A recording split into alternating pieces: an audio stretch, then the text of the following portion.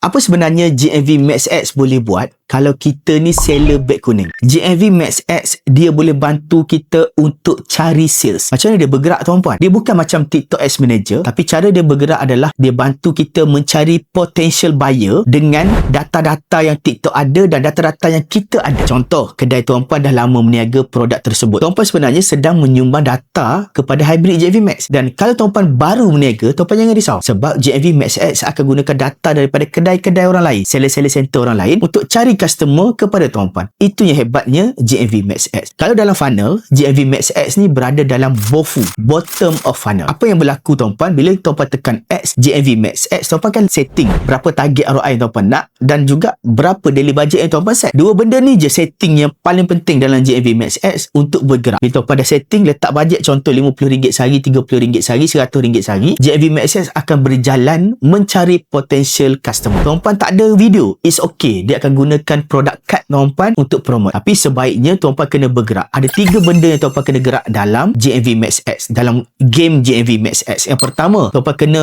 banyak buat video yang ada beg kuning. Yang kedua, tuan-puan kena buat live yang ada beg kuning dengan lebih kerap. Dan nombor 3, tuan-puan kena aktif rekrut affiliates. Affiliate ni dia macam agent stokis kita yang promote produk kita supaya ramai orang kenal dan juga beli. 3 benda ni tuan-puan buat, saya yakin tuan-puan akan mula nampak hasil dengan cepat. Dan kalau nak lagi sedap, tuan-puan campurkan pula dengan TikTok Ads Manager. Tuan-puan nak belajar tak? Dia punya game plan, strategi dia ni saya cover dalam 3 jam saja pada hari Minggu, bukan weekend, daripada 9 pagi sampai 12 tengah hari. Tuan-puan belajar betul-betul. Saya yakin dengan ilmu tu saja, serendah RM47, tuan-puan akan belajar banyak benda untuk tuan-puan mula meniaga dalam beg kuning. Jadi kita jumpa nanti.